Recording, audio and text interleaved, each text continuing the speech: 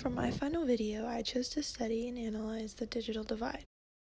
The definition of digital divide is the gap between demographics in regions that have access to modern information and communications technology, and those who do not have or have limited access.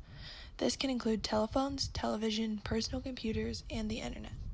There are many aspects of the digital divide that includes social, which pertains to age, disability, or illiteracy, culture, which pertains to ethnicity and language, or your income/education, approach, which is a fear of technology or lack or motivation, geographical, which is underdeveloped versus first world countries or rural versus suburban, and economic, which is lack of international investment or funding in poorer countries.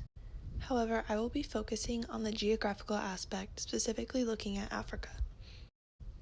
Africa is the continent most struck by poverty and other global issues. It is the most diminished and excluded region of the world. Only 22% of the continent's population uses the internet. Without access to various technology, it limits people's access to health benefits, communication, and obtaining a higher education. One science and technology minister from Ghana says, the poverty gap is a technology gap.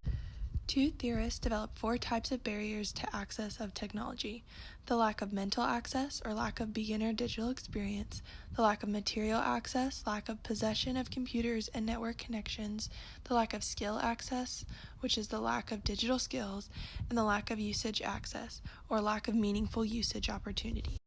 Africa is struggling to gain access to technology because of poverty and the lack of availability to various technologies which we experience every day. The World Economic Forum, or WEF, is an organization working hard to fix the digital poverty in Africa.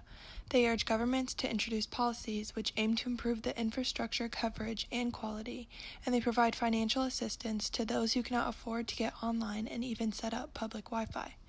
A program is being implemented in Rwanda, Uganda, Kenya, South Sudan, and Ethiopia, where 75 million people, or 67% of the total population in these countries, have no access to the internet. In 2016, WEF launched a program called Internet for All in South Africa, one step closer to bridging the digital divide. The United Nations is another organization playing a key role in assisting in closing the digital divide. They have created the 17 Global Goals for Sustainable Development to demonstrate their hopes for the future. The UN also takes part in conferences where they discuss solutions and how to effectively implement them. In order to end the digital divide, first world countries must be willing to hold each other accountable and assisting developing countries gain access to the technology we know and use every day.